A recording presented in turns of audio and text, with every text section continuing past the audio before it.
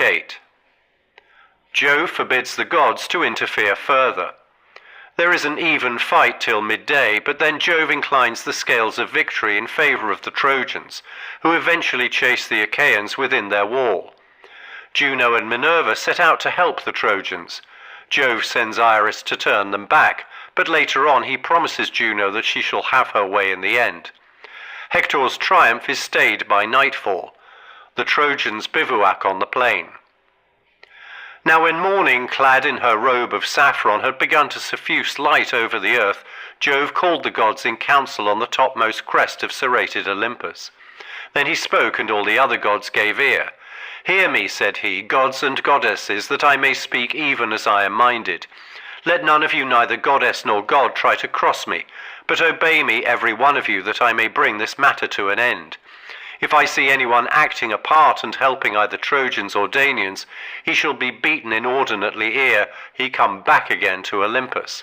Or I will hurl him down into dark Tartarus, far into the deepest pit under the earth, where the gates are iron and the floor bronze, as far beneath Hades as heaven is high above the earth, that you may learn how much the mightiest I am among you. Try me and find out for yourselves. Hangs me a golden chain from heaven, and lay hold of it all of you, gods and goddesses together. Tug as you will not drag Jove the supreme counsellor from heaven to earth, but were I to pull at it myself, I should draw you up with earth and sea into the bargain. Then would I bind the chain about some pinnacle of Olympus, and leave you all dangling in the mid-firmament. So far am I above all others, either of gods or men." They were frightened, and all of them held their peace, for he had spoken masterfully. But at last Minerva answered, "Father, son of Saturn, king of kings, we all know that your might is not to be gainsaid. But we are also sorry for the Danaan warriors, who are perishing and coming to a bad end. We will, however, since you so bid us, refrain from actual fighting. But we will make serviceable suggestions to the Argives, that they may not all of them perish in your displeasure." Jove smiled at her and answered, "Take heart, my child, Trito-born. I am not really in earnest, and I wish to be kind to you." With this he yoked his fleet horses with hoofs of bronze and manes of glittering gold. He girded himself also with gold about the body, seized his gold whip, and took his seat in his chariot. Thereon he lashed his horses, and they flew forward nothing loth midway twixt earth and starry heaven. After a while he reached many-fountained Ida, mother of wild beasts, and Gargarus, where are his grove and fragrant altar. There the father of gods and men stayed his horses, took them from the chariot, and hid them in a thick cloud. Then he took his seat all glorious upon the topmost crests, looking down upon the city of Troy and the ships of the Achaeans. The Achaeans took their morning meal hastily at the ships, and afterwards put on their armour. The Trojans, on the other hand, likewise armed themselves throughout the city, fewer in numbers, but nevertheless eager perforce to do battle for their wives and children. All the gates were flung wide open, and horse and foot sallied forth with the tramp as of a great multitude. When they were got together in one place, shield clashed with shield, and spear with spear, in the conflict of mail-clad men. Mighty was the din as the bossed shields pressed hard on one another. Death, cry and shout of triumph of slain and slayers, and the earth ran red with blood. Now so long as the day waxed and it was still morning, their weapons beat against one another, and the people fell. But when the sun had reached mid-heaven, the sire of all balanced his golden scales, and put two fates of death within them, one for the Trojans, and the other for the Achaeans. He took the balance by the middle, and when he lifted it up, the day of the Achaeans sank. The death-fraught scale of the Achaeans settled down upon the ground, while that of the Trojans rose heavenwards. Then he thundered aloud from Ida, and sent the glare of his lightning upon the Achaeans. When they saw this, pale fear fell upon them, and they were sore afraid. Idomeneus dared not stay, nor yet Agamemnon, nor did the two Ajaxes, servants of Mars, hold their ground. Nestor, knight of Gerene, alone stood firm, bulwark of the Achaeans. Not of his own will, but one of his horses was disabled. Alexandrus, husband of lovely Helen, had hit it with an arrow just on top of its head, where the mane begins to grow away from the skull, a very deadly place. The horse bounded in his anguish as the arrow pierced his brain, and his struggles threw others into confusion.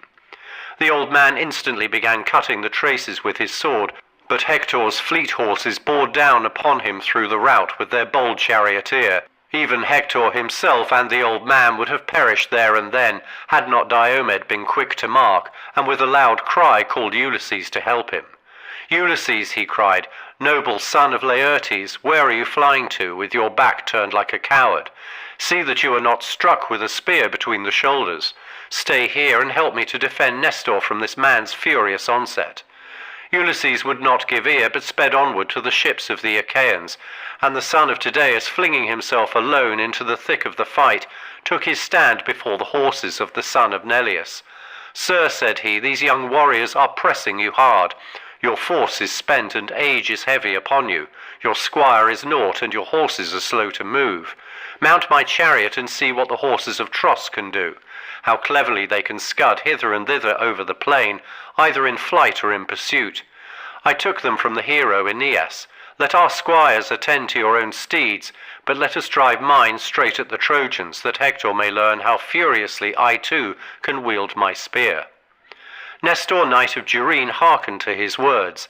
Thereon the doughty squires, Sthenelus and kind-hearted Eurymedon, sought to Nestor's horses, while the two both mounted Diomed's chariot.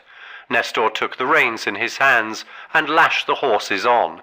They were soon close up with Hector, and the son of Tydeus aimed a spear at him as he was charging full speed towards them. He missed him, but struck his charioteer and squire, Eniopius, son of noble Thebaeus, in the breast by the nipple while the reins were in his hands, so that he died there and then, and the horses swerved as he fell headlong from the chariot. Hector was greatly grieved at the loss of his charioteer, but let him lie for all his sorrow, while he went in quest of another driver. Nor did his steeds have to go long without one, for he presently found brave Archeptolemus, the son of Iphitus, and made him get up behind the horses, giving the reins into his hand. All had then been lost, and no help for it, for they would have been penned up in Ilius like sheep, had not the sire of gods and men been quick to mark and hurled a fiery flaming thunderbolt, which fell just in front of Diomed's horses, with a flare of burning brimstone. The horses were frightened and tried to back beneath the car, while the reins dropped from Nestor's hands. Then he was afraid, and said to Diomed, "Son of Tydeus, turn your horses in flight. See you not that the hand of Jove is against you? Today he vouchsafes victory to Hector. Tomorrow, if it so please him, he will again grant it to ourselves. No man, however brave, may thwart the purpose of Jove, for he is far stronger than any." Diomed answered, "All that you have said is true. There is a grief, however, which pierces me to the very heart, for Hector will talk among the Trojans and say, 'The son of Tydeus fled before me to the ships.' This is the vaunt he will make, and may earth then swallow me." "Son of Tydeus," replied Nestor, "what mean you? Though Hector say that you are a coward, the Trojans and Dardanians will not believe him, nor yet the wives of the mighty warriors whom you have laid low." So saying, he turned the horses back through the thick of the battle, and with a cry that rent the air, the Trojans and Hector rained their darts after them. Hector shouted to him and said, "Son of Tydeus, the Danaans have done you honour hitherto, as regards your place at table, the meals they give you, and the filling of your cup with wine. Henceforth they will despise you, for you are become no better than a woman. Be off, girl and coward that you are.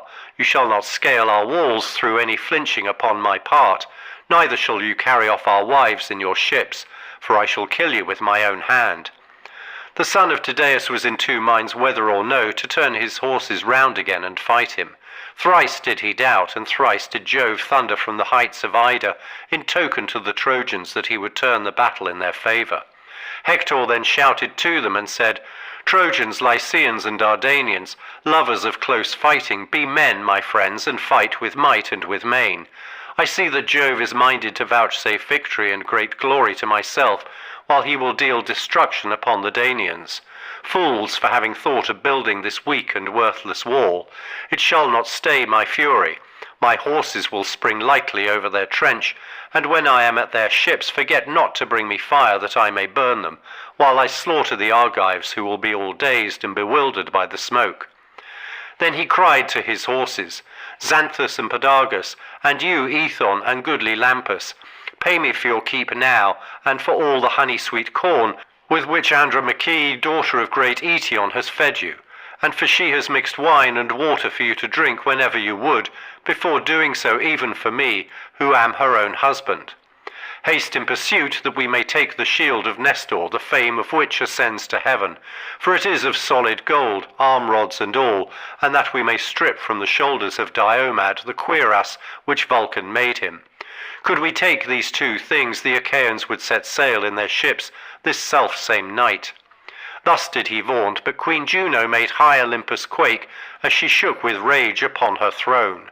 Then said she to the mighty god of Neptune, "What now, wide-ruling lord of the earthquake? Can you find no compassion in your heart for the dying Danaans, who bring you many a welcome offering to Hellas and to Aegae?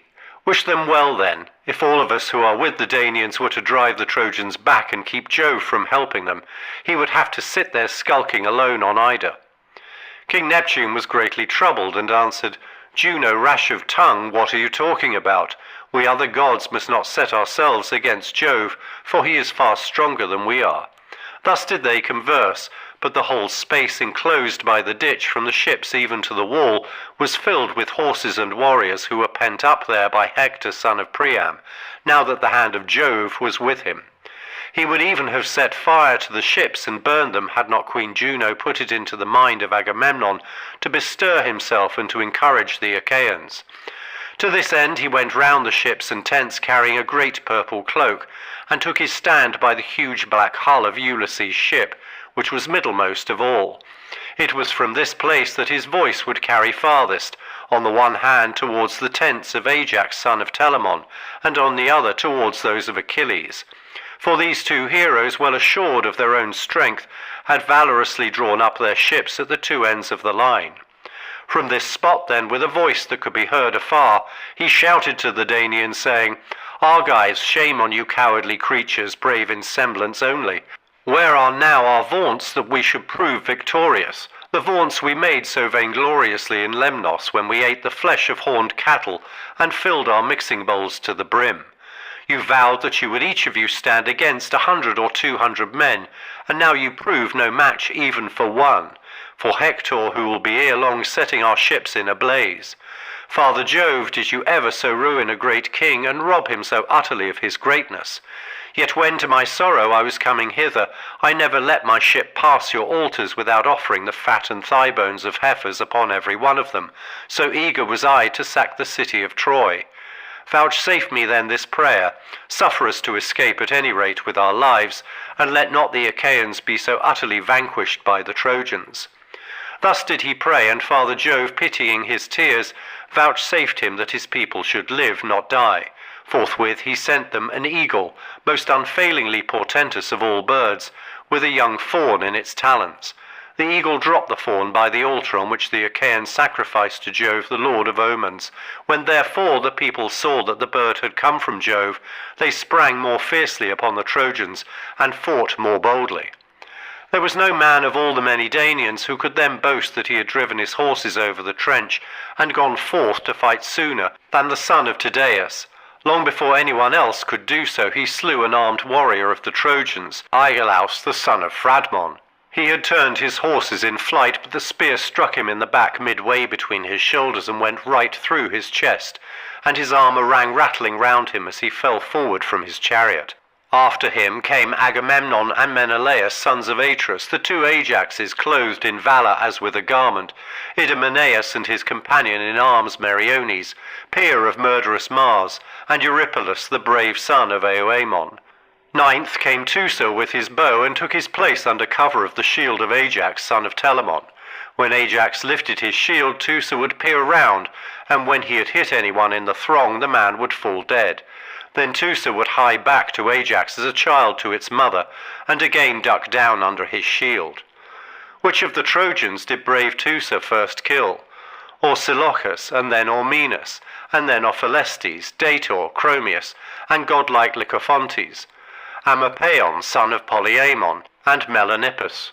All these in turn did he lay low upon the earth, and King Agamemnon was glad when he saw him making havoc of the Trojans with his mighty bow.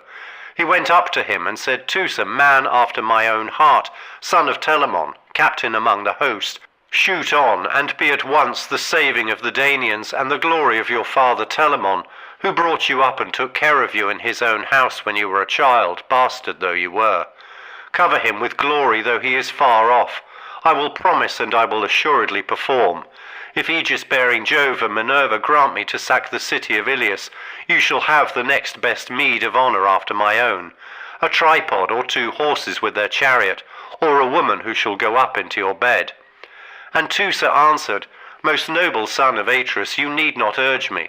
From the moment we began to drive them back to Iliad, I have never ceased, so far as in me lies, to look out for men whom I can shoot and kill. I have shot 8 barbed shafts, and all of them have been buried in the flesh of warlike youths, but this mad dog I cannot hit. As he spoke, he aimed another arrow straight at Hector, for he was bent on hitting him. Nevertheless, he missed him, and the arrow hit Priam's brave son Gorgythion in the breast. His mother, fair Castianera, lovely as a goddess, had been married from Aesm, and now he bowed his head as a garden poppy in full bloom when it is weighed down by showers in spring. Even thus heavy bowed, his head beneath the weight of his helmet. Again he aimed at Hector, for he was longing to hit him, and again his arrow missed, for Apollo turned it aside. But he hit Hector's brave charioteer Archeptolemus in the breast by the nipple, as he was driving furiously into the fight. The horses swerved aside as he fell headlong from the chariot, and there was no life left in him. Hector was greatly grieved at the loss of his charioteer, but for all his sorrow he let him lie where he fell, and bade his brother Cebriones, who was hard by, take the reins. Cebriones did as he had said. Hector thereon, with a loud cry, sprang from his chariot to the ground, and seizing a great stone, made straight for Teucer with intent to kill him. Teucer had just taken an arrow from his quiver and had laid it upon the bowstring, but Hector struck him with the jagged stone as he was taking aim and drawing the string to his shoulder. He hit him just where the collarbone divides the neck from the chest, a very deadly place, and broke the sinew of his arm so that his wrist was less, and the bow dropped from his hand as he fell forward on his knees. Ajax saw that his brother had fallen, and running towards him bestrode him and sheltered him with his shield. Meanwhile his 2 trusty squires, Mecisteus son of Echius and Alastor, came up and bore him to the ships, groaning in his great pain. Jove now again put heart into the Trojans, and they drove the Achaeans to their deep trench with Hector in all his glory at their head. As a hound grips a wild boar or lion in flank or buttock when he gives him chase, and watches warily for his wheeling, even so did Hector follow close upon the Achaeans, ever killing the hindmost as they rushed panic-stricken onwards. When they had fled through the set stakes and trench, and many Achaeans had been laid low at the hands of the Trojans, they halted at their ships, calling upon one another and praying every man instantly, as they lifted up their hands to the gods. But Hector wheeled his horses this way and that, his eyes glaring like those of Gorgo or murderous Mars. Juno, when she saw them, had pity upon them, and at once said to Minerva, Alas, child of Aegis-bearing Jove, shall you and I take no more thought for the dying Danaans, though it be the last time we ever do so. See how they perish and come to a bad end before the onset of but a single man. Hector, the son of Priam, rages with intolerable fury, and has already done great mischief. Minerva answered, Would indeed this fellow might die in his own land, and fall by the hands of the Achaeans, but my father Jove is mad with spleen, ever foiling me, ever headstrong and unjust. He forgets how often I saved his son when he was worn out by the labours Eurystheus had laid on him. He would weep till his cry came up to heaven, and then Jove would send me down to help him. If I had had the sense to foresee all this, when Eurystheus sent him to the house of Hades to fetch the hellhound from Erebus, he would never have come back alive out of the deep waters of the river Styx. And now Jove hates me, while he lets Thetis have her way because she kissed his knees and took hold of his beard when she was begging him to do honour to Achilles. I shall know what to do next time he begins calling me his grey-eyed darling. Get our horses ready while I go within the house of Aegis-bearing Jove and put on my armour. We shall then find out whether Priam's son Hector will be glad to meet us in the highways of battle, or whether the Trojans will glut hounds and vultures with the fat of their flesh, as they be dead by the ships of the Achaeans. Thus did she speak, and white-armed Juno, daughter of great Saturn, obeyed her words. She set about harnessing her gold-bedizened steeds, while Minerva, daughter of Aegis-bearing Jove, flung her richly vesture, made with her own hands, onto the threshold of her father, and donned the shirt of Jove, arming herself for battle. Then she stepped into her flaming chariot, and grasped the spear so stout and sturdy and strong, with which she quells the ranks of heroes who have displeased her. Juno lashed her horses, and the gates of heaven bellowed as they flew open of their own accord, gates over which the hours preside, in whose hands are heaven and Olympus, either to open the dense cloud that hides them, or to close it. Through these the goddesses drove their obedient steeds. But Father Jove, when he saw them from Ida, was very angry, and sent winged Iris with a message to them. Go, said he, fleet Iris, turn them back, and see that they do not come near me. For if we come to fighting, there will be mischief. This is what I say, and this is what I mean to do. I will lame their horses for them. I will hurl them from their chariot, and will break it in pieces. It will take them all 10 years to heal the wounds my lightning shall inflict upon them. My grey-eyed daughter will then learn what quarrelling with her father means. I am less surprised and angry with Juno, for whatever I say, she always contradicts me. With this Iris went her way, fleet as the wind, from the heights of Ida to the lofty summits of Olympus. She met the goddesses at the outer gates of its many valleys, and gave them her message. What, said she, are you about? Are you mad? The son of Saturn forbids going. This is what he says, and this is what he means to do. He will lame your horses for you, he will hurl you from your chariot, and will break it in pieces. It will take you all 10 years to heal the wounds his lightning will inflict upon you, that you may learn, grey-eyed goddess, what quarrelling with your father means. He is less hurt and angry with Juno, for whatever he says, she always contradicts him. But you, bold hussy, will you really dare to raise your huge spear in defiance of Jove? With this she left them, and Juno said to Minerva, Of a truth, child of Aegis-bearing Jove, I am not for fighting men's battles further in defiance of Jove. Let them live or die as luck will have it, and let Jove mete out his judgments upon the Trojans and Danaans according to his own pleasure. She turned her steeds, the hours presently unyoked them, made them fast to their ambrosial mangers, and leaned the chariot against the end wall of the courtyard. The two goddesses then sat down upon their golden thrones, amid the company of the other gods, but they were very angry. Presently Father Jove drove his chariot to Olympus, and entered the assembly of gods. The mighty lord of the earthquake unyoked his horses for him, set the car upon its stand, and threw a cloth over it. Jove then sat down upon his golden throne, and Olympus reeled beneath him. Minerva and Juno sat alone apart from Jove, and neither spoke nor asked him questions. But Jove knew what they meant, and said, Minerva and Juno, why are you so angry? Are you fatigued with killing so many of your dear friends, the Trojans? Be this as it may, such is the might of my hands that all the gods in Olympus cannot turn me. You were both of you trembling all over ere ever you saw the fight and its terrible doings. I tell you therefore, and it would have surely been, I should have struck you with lightning, and your chariots would never have brought you back again to Olympus. Minerva and Juno groaned in spirit as they sat side by side, and brooded mischief for the Trojans. Minerva sat silent without a word, for she was in a furious passion, and bitterly incensed against her father. But Juno could not contain herself, and said, What, dread son of Saturn, are you talking about? We know how great your power is, nevertheless we have compassion upon the Danaan warriors, who are perishing and coming to a bad end.